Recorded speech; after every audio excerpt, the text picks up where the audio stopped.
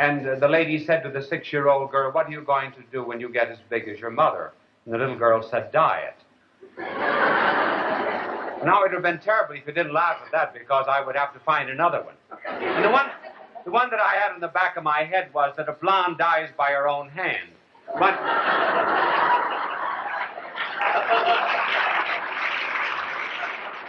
All right.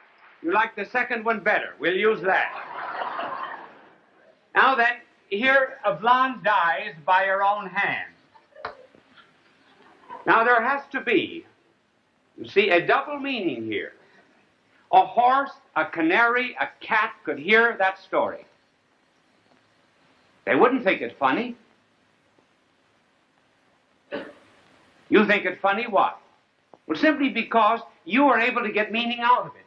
There are two meanings there. There's the common acceptance of coloration, and then there's the other acceptance of death. Now, if a box is filled with salt, it cannot be filled with pepper. And if the mind were purely material and just filled with that idea, it could not possess this. It's only a spiritual substance that can ever hold the two together. Man alone as a soul, man alone as an intellect, man alone is able to grasp meaning, therefore man alone can laugh. I know I chose puns. A great deal of fun made of puns. Said to be the lowest form of humor. Why is it said to be the lowest form of humor? Because it changes the subject. Your mind is going in one direction, suddenly it goes off in another. The best answer to those who say that pun is the lowest form of humor was the one that Oscar Levant gave. The lowest form of humor only to the person who didn't think of it first. And then we must not forget that the greatest pun that was ever used in the history of the world was used by the Son of God himself. He saw a man fishing one day. His name was Simon. He changed his name. He changed his name to Rock. And then a year and a half later, he met him, and our blessed Lord asked who he was, and this man who was called Rock answered, "Thou art Christ, the Son of the living God." And our Lord answered, "Blessed art thou, Simon Bar-Jonah." That was his old name. "Thou art the rock upon which I will build my church." It was a pun on his name. And if the Lord uses puns, we can get along with them too. Now, a second reason why we laugh is because we are capable of entering into ourselves, seeing ourselves as we really are, looking at ourselves in a kind of mirror. We can be pleased with ourselves, we can be angry with ourselves. If we were material, we could not do that, because a material thing cannot bend back upon itself. Now, for example, here's a piece of paper. Oh, yes, incidentally, this came from Houston, Texas. Remember, I said last week, has anybody got a Landon button? By Jove, they got me a Landon button. There it is. You know, I think I'll give this as a prize now. I will give this as a prize at the next election to any candidate for the Senate of the United States who will give a half-hour talk on television without notes or reading from a teleprompter. First prize.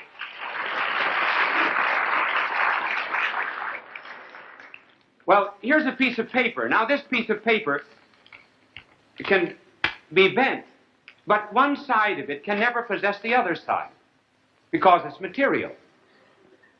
And so, if we were purely material, we would never be able to look at ourselves and see ourselves as we really are. But because we have a soul and are spiritual, we are able to introspect. If we have humility enough, we can laugh at ourselves. And because we know our own condition, we can also project and find similar conditions and situations and foibles and weaknesses in other people. But most of us are not humble enough to enjoy that kind of humor. For example, if a cartoonist went into a room where there were 20 people and drew a caricature of the 20 people, every single person would think the caricature of someone else was really wonderful. That's just exactly like him. But that doesn't look like me. Few have the humility of Socrates. Aristophanes had written a play called The Clouds. And Socrates was indeed a great old philosopher. Oh, incidentally, he said marry. He said, because if you marry a good wife, he said, you'll be very happy. If you marry and she's an old shrew, you'll become a philosopher. Well, he became a great philosopher. So he went to this play of Aristophanes called The Clouds. And The Clouds satirized this great Athenian philosopher, Socrates. Socrates goes into the theater.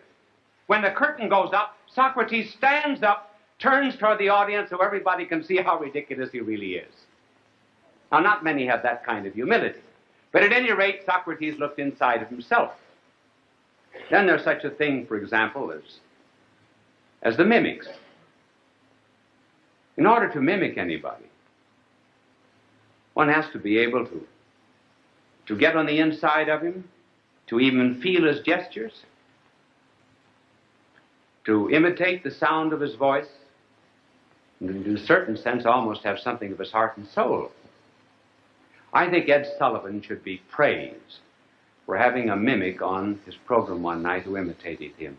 It was one of the most marvelous imitations I ever saw in my life. I remember once I was giving a priest retreat in Canada, and they told me that there was a priest who was making the retreat who was quite a mimic. Well, we had a half-hour recreation every day when we could talk during this retreat. And so I suggested that this priest give an imitation of me. He did. It was terrific. In those days, I must have begun every single sentence with "and so," because as he gave an imitation of me, every sentence began with "and so." And I asked if he could imitate anybody else. And then they told me a story about him. And the story was that he could imitate the bishop very well. Too well.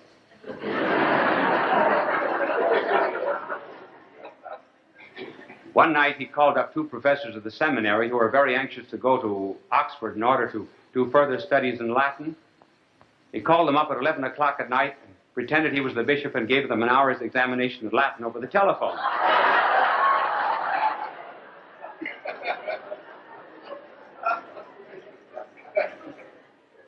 But I think the worst of all was way off in the outposts of this diocese in Canada. This priest was having 40 hours devotion. And this priest imitated the bishop and said, nobody ever gets out to your 40 hours, so I want to have a big crowd tonight on the altar. And he said, I want you to have the 20 priests who are within an area of 30 miles of you to come to the 40 hours. You call them up. I will be out there, but I want to meet all of the priests 10 miles from the church. Each of them must have on a silk hat. There was only one silk hat in an area of 100 square miles.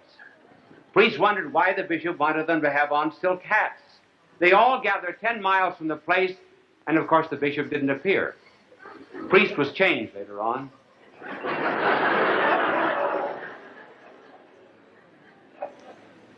Well, introspection, therefore, requires a great deal of humility, and I say that almost only the saints have that. But do you notice today that there's very little mimicry and very little satire in the theater? Because if this is the only world there is, we've got to take it very seriously. It used to be 20 and 30 years ago, we used to laugh at dialect stories of Germans and Irish and Jews and so forth. Now, you can't tell them anymore. This is serious business. Tell a story about an Irishman and you get 20 or 30 letters. They used to pat you on the back. And the same goes for all the others, too, let me tell you. But we're losing something, probably because we've lost the sense of introspection. And then finally, there's another reason for laughing, and that has to do with the fact that we have a body just as well as a soul. You see, we are citizens of two worlds. We have matter in us, and we also have spirit. Something of time, something of eternity. We live in a world of fact, sheer fact. We live in a world of value. In order to produce laughter, sometimes there must be contrast between the two. There must be incongruities pointed out. There may be exaggerations, or there may be a degeneration of one value in relationship to another. If there were only matter in the world, nobody would ever laugh. Carbon never laughs. If this world were entirely ridiculous, nothing would be ridiculous. The only reason anything is funny is because it's in relationship to something else that's not funny. For example, you're walking along the street. There's a dead animal on the curb. Cat. And you just simply observe, a matter of fact, that the cat stinks. Well, now suppose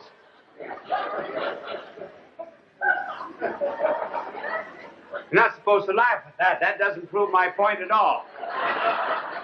I got to pull this out somehow or other. All right. All right. Suppose that immediately after you saw that dead cat, that you met a man whose name was Mr. Stinker. Oh, thank you very much. Well, now why? Here, simply because here there is actually some kind of degeneration or decline of values. And that holds for any value, whatever it be, intellectual, moral, spiritual, religious, political. Take, for example, a decay of some intellectual value. Think of how many stories are provided for the fact that a boy comes home from school, he's in the 3rd grade, he's got an arithmetic problem. He gives it to his father can't work the problem. The boy loves that. Why? Because the father's dignity has been pulled down. Is there anything funny to a child than to see his father stumble over a rug? Now, if there were not dignity, there would not be any humor or laughter. And then, not only for the intellectual, but take, for example, the moral. You see a man walking the street, a very dignified man. He may have on a silk hat. And he suddenly slips on the ice, and both feet go out from under it. Now, why is that funny? You see a tree fall, you never laugh. See a chimney fall, you never laugh. See a dish fall, you don't laugh. But you see a man with a silk hat on fall, you do laugh. Maybe it has some relationship to the great theological doctrine of original sin and the fall of man. But I believe that I believe, however, that there is a kind of a moral judgment. We're saying that anybody that's so proud really ought to be humbled. Ha, ha, ha, he fell.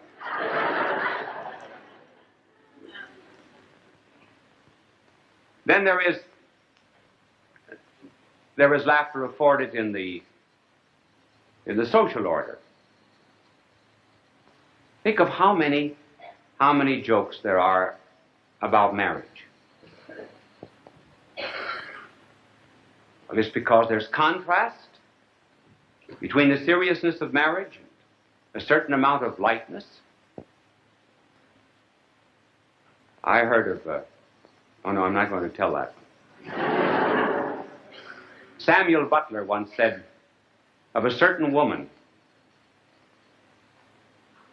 he said, she never was made to be a mother, but she was made to be a mother-in-law. And then there's also all kinds of stories that are told, for example, about social climbers.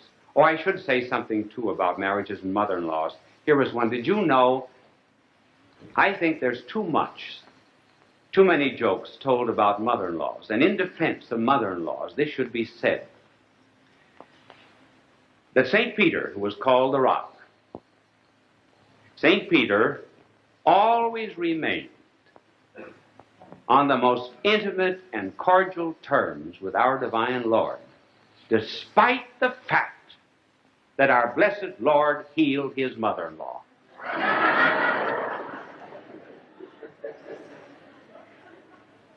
Then there are the incongruities of the social order.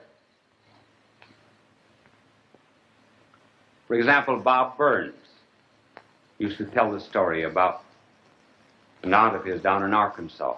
She always tried to crash the society of this little town in Arkansas, was never able to do it.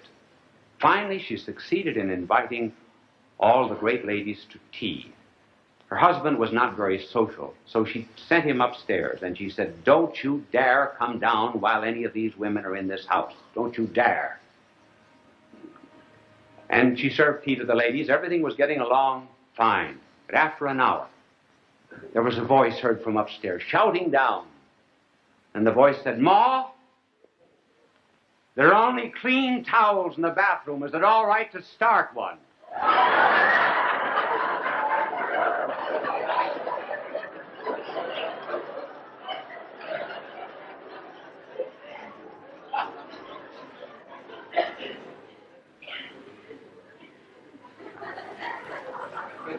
Then there was the story also of this poor henpecked husband. His wife always insisted on buying his clothes.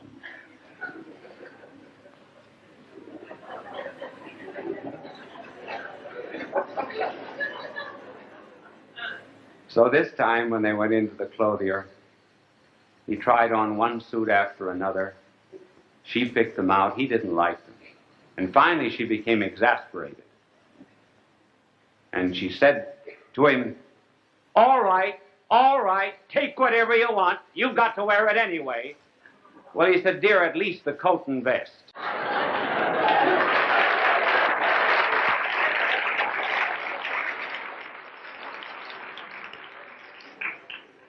Well, the point we're making is that it takes a world of fact as well as a world of value to make anything humorous. That is one of the reasons why there can be so much humor associated with very serious subjects. The more serious the thing is, sometimes the more light it can be.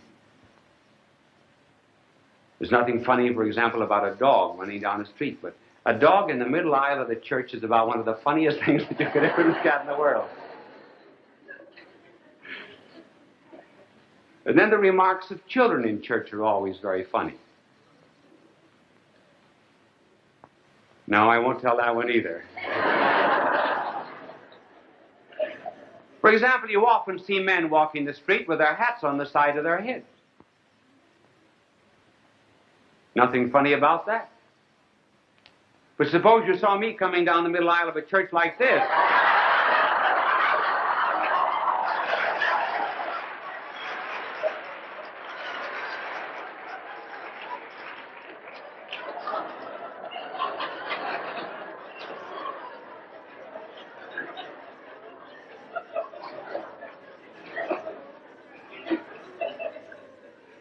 You see, you've got to have the contrast, don't you, of the spiritual and the material.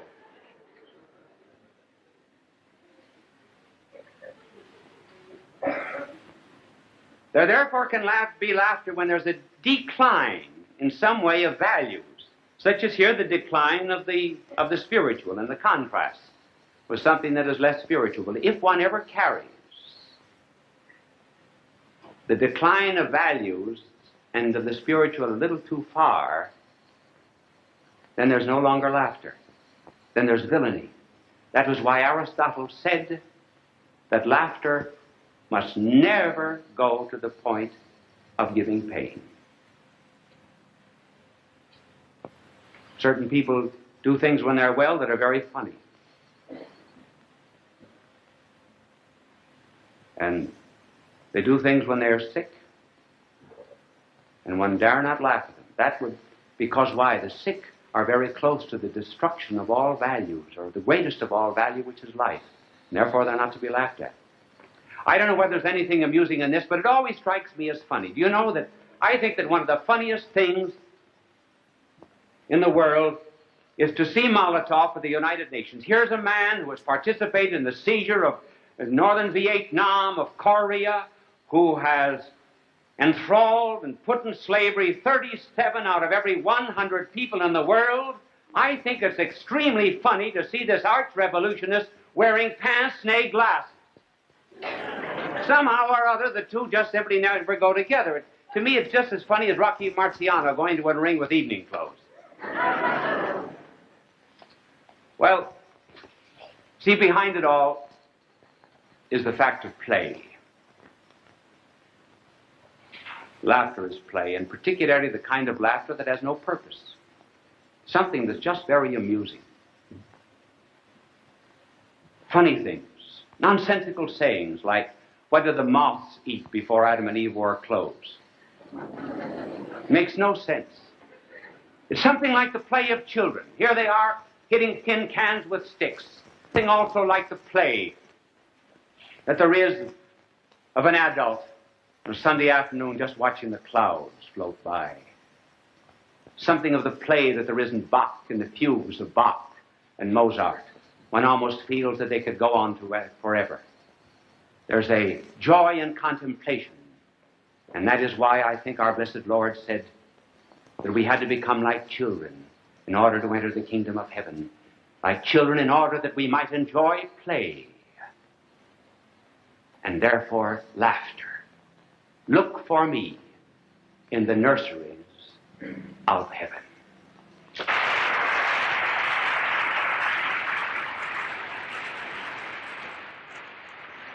Life is Worth Living is a production of the World Mission Aid Society, directed in the United States by Bishop Fulton Sheen, from National Headquarters, 366 Fifth Avenue, New York City.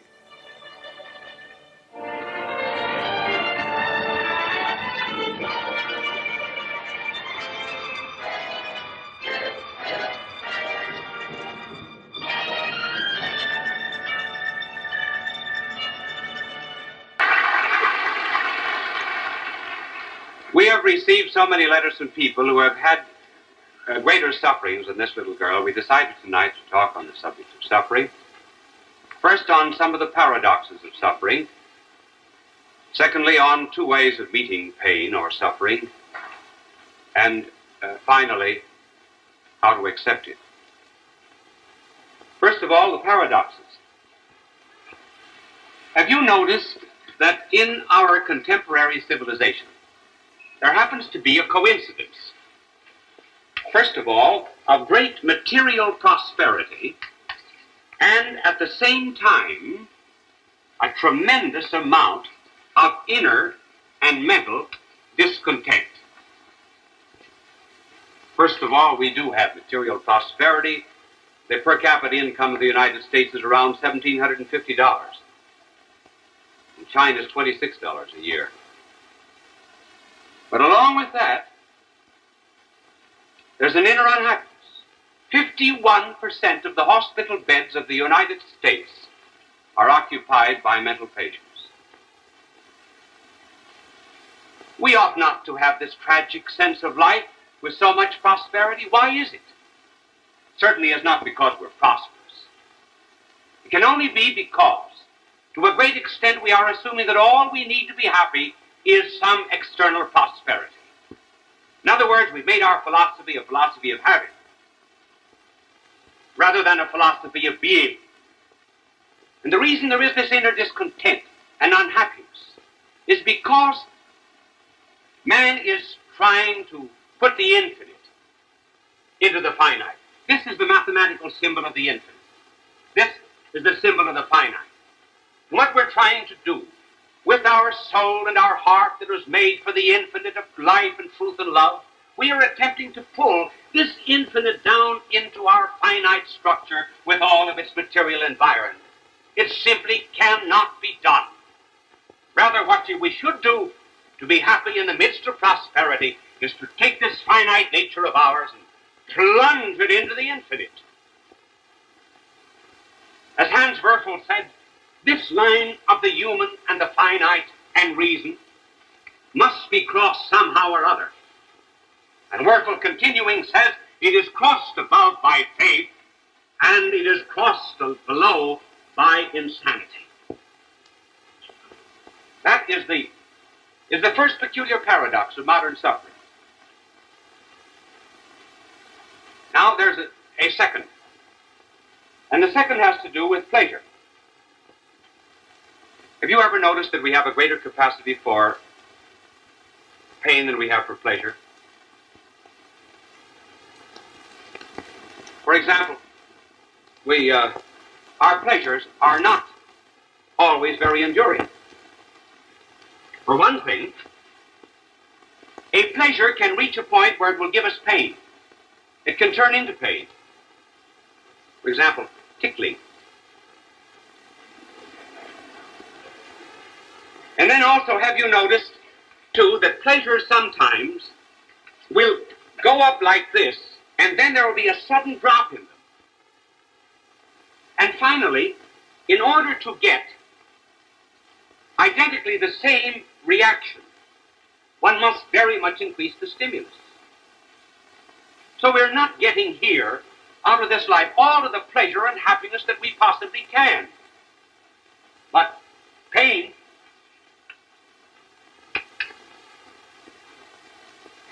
it seems, could very quickly reach an end, and yet somehow it reaches that end that we anticipated, and we still bear it. We go to a dentist, and we feel that if he drills 5 minutes more and goes 6 feet deeper, I just can't stand it. We stand it all right. And then he continues to bore, and we know he's going to hit oil. We stand it.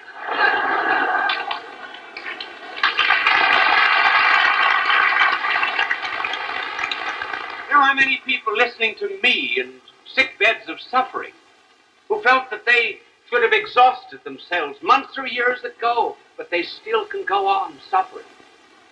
Now, why is this? Why do we have a greater capacity for pain than for pleasure? I think because it was intended by God that all pain here should end. That's why we seem to exhaust it. Because there will come another world when tears will be wiped away. The sorrows of this life are not worthy to be compared with the joys that are to come. But with pleasure and joy, particularly, is not intended to be exhausted here. That comes elsewhere. That happiness is being saved for heaven. And if people understood that, perhaps they would be, well, less mentally disturbed, less inclined to go to the psychiatrist, because they've all got skeletons in their closet. They make no bones about it.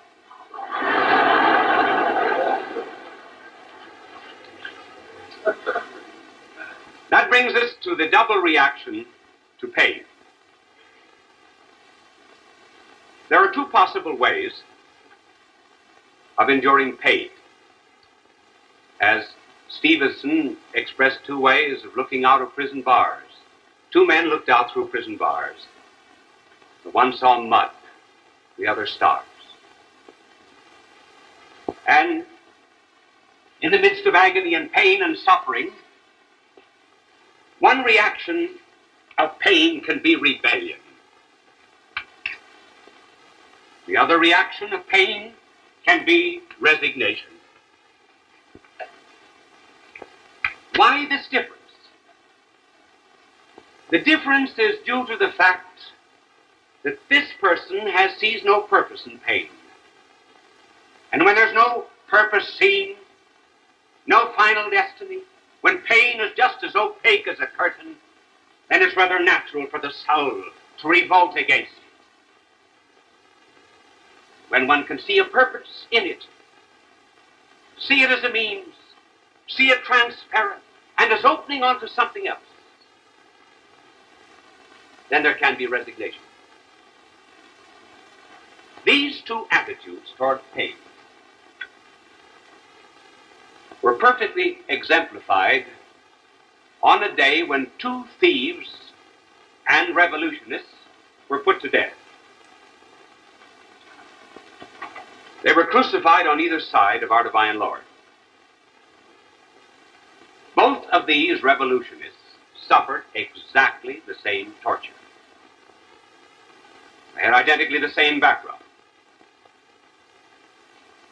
When they each felt the impress of the nail in their hands, when the crucifixion began, they blasphemed. And then when finally they had gone, had mounted their crosses, they heard the one on the central cross speak. It was a peculiar word he spoke.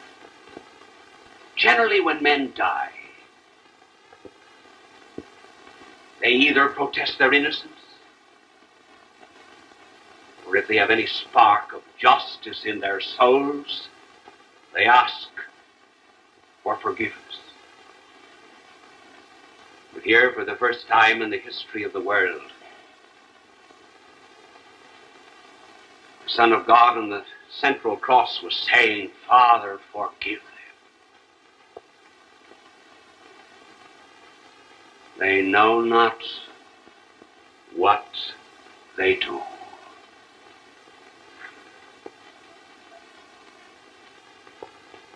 When the thief on the left heard this cry, he suspected that there on that central cross was power. And so he asked the one on the central cross if he had power to take him down. That to him was the sign of omnipotence, to stop that pain and that suffering. Why should he be there? Why did he ask to be taken down? Not to be made better, but simply to go on with the dirty business of thieving.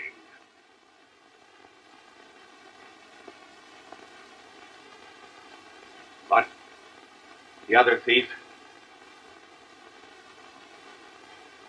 when he heard that prayer from the central cross, he immediately began to see a relationship between his sufferings and his guilt. His background as a blackguard, a revolutionist, and a racketeer.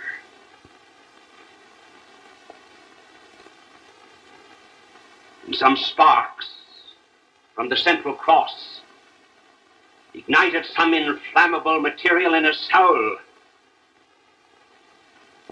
And in the belfry of his conscience, the bell began to toll. He spoke to his brother thief, and he said, Fear ye not, fear ye not. We suffer the just reward of our crimes. But this man has done no wrong.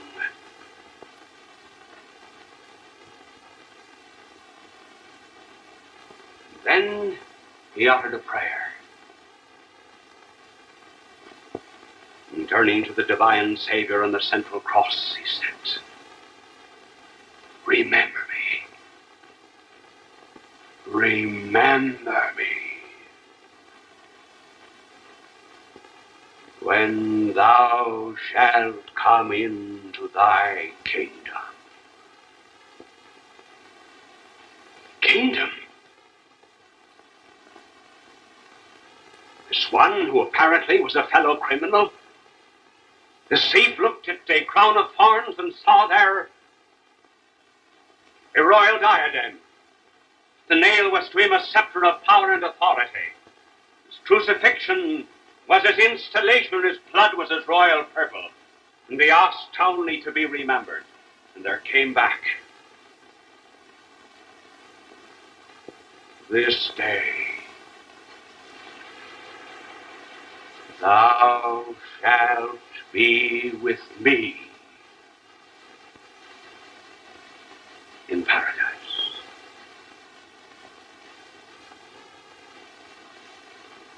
Now, it was the foundation of democracy, the worth of a single soul. Thou shalt be with me. I always wonder why he said in paradise. Be with him is paradise. And the thief died a thief. for he stole paradise. And paradise can be stolen again. And from these two reactions, we see the one that is to be chosen. The two ways in which pain can be used. Pain can be used, first of all, in expiation. That is to say, for our own failings and sins. Secondly, in reparations, for the failings and the sins of others. First of all, expiation. I can remember when I was a boy, about 8 or 9 years of age, my brother and I were playing a ball in the backyard, and we threw a ball accidentally through the neighbor's window. And Mother heard it, and she called us in. And she sent us to our piggy bank. And she made us take the money out and go over to the man next door and give him the money for the broken window. And also ask him to forgive us. Now, why shouldn't we just ask to be forgiven? Because we broke a window. People think that when they do anything wrong, all they have to do is be forgiven. Oh no, we disturb an equilibrium, an order. That order often has to be redressed. For example, if I stole your watch, if I stole the watch of one of these operators here, if I could get close enough to this cameraman and steal his watch here, and then I would say to him, I'm awfully sorry, I stole your watch, will you forgive me? He says, yes, I forgive you. But he says, give me back my watch. Well, so it is if we have sins, and who in the name of God hasn't? Well, we can ask the good Lord to take the pains, come to us in expiation, and redress, and atonement for all the wrong that we have done. We put down our foot, for example, 3 times in illegitimate,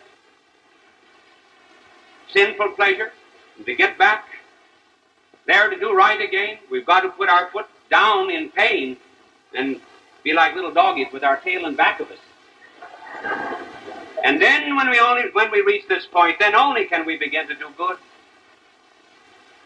That's one way pain can be used. And the second way in which it can be used is in reparation. And here we offer it up for others, not just for ourselves. How often, for example, in the physical order, doctors will graft skin. If we burn our face, from our back to our face, to restore our pristine elegance. If a person is suffering from anemia, doctors will transfuse blood from an anemic member of society to the healthy member of society to the anemic person in order to cure the person of that condition. Now, if it's possible to transfuse blood, don't you think it's possible to transfuse prayer? If it's possible to graft skin, it's not possible also to graft some reparation, some sacrifices. We live in a world in which we do not grow the sheep, for example, though we wear woolen clothes. Others help us. So it's possible to take our sorrows, our disappointments, and the jealousies and the hatreds of others and turn them all back again as the thief at the right did, in order that someone else might be saved. That's reparation. Why should we offer up our sufferings in expiation or reparation? Simply because we love. Love will not kill pain. But love will diminish it. A mother sits up with her sick child all night long. For it's not agony, it's love. There are not any lovers in the world, I mean real, true lovers, who would not willingly take on the pains and the agony of others, if they possibly could. Love in the face of sorrow does not seek isolation. It wants to take on that pain as its own. And why should not love in the face of sin and evil want to do the same thing? The great tragedy of our world is that most people have no one to love.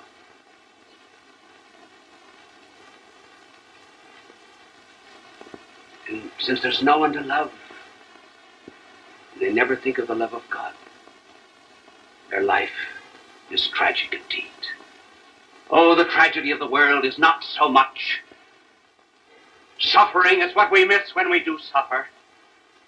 Think of all of the sick in hospitals with aching brows who might in some way sanctify that pain by correlating it to a crown of thorns. And all the wounded hands that might sacramentalize that agony did they but correlate it in some way with hands that were riven with steel.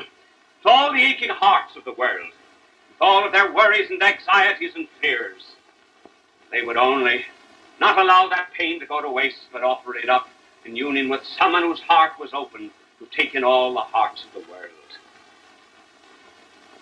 Why should we fly from that love? I slipped his fingers. I escaped his feet. I ran in heaps. For him I feared to meet. One day I passed him, fettered on a tree.